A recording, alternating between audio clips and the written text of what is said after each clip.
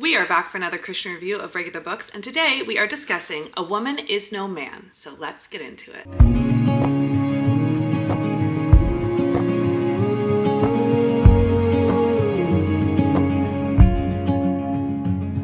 For those of you who've never seen one of these videos before, here's how it's going to go down. First, I do my regular review, what you know and love to expect from a book review, star rating, and my own personal opinion, all without spoiling the book.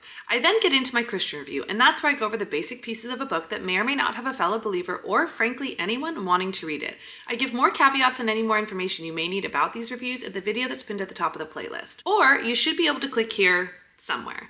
If you are still here, let's go ahead and get into my regular review. A Woman Is No Man was an incredible multi-generational story about women both here in the United States and also in Palestine. It talks about Palestinian women and their experience of switching cultures, in moving where they live, however, not necessarily switching the cultural representation or expectations that they had known and grown up with. It was so complicated, but in a really detailed, beautiful way that I think has to take part in at least some of the Palestinian experience here in America, plus in Palestine. I'm sure this is not the complexity or the full breadth of everything that a Palestinian woman experiences, but I do think it dealt with a very important part that really helped me build compassion, understanding, empathy, and interest.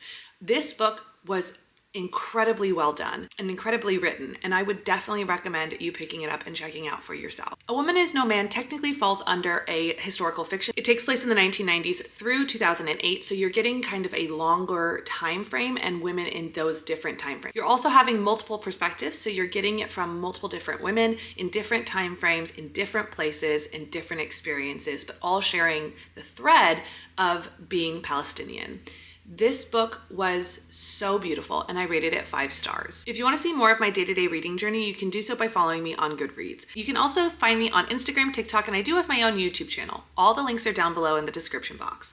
Let's go ahead and get into my Christian review. The first category I always love to touch on is smut or spice because it's popular, and no, there is no explicit scenes anywhere throughout this book. There is some closed door discussion around spice, but nothing that you have to skip past or avoid. The second category is explicit language, and again, there is no explicit language throughout this book. The third category is violence and gore, and the reason I bring this up is because there is some discussion around domestic violence throughout this book and the experience of a woman going through domestic violence and the ramifications of that domestic violence. And although it's not explicitly described or too detailed to the point of being graphic, it is still present. I think this book would be great for anyone aged 15, 16 and up. And this is one of those books that I would highly recommend reading with your teenager and then having open dialogue about their experiences and the culture that they experience.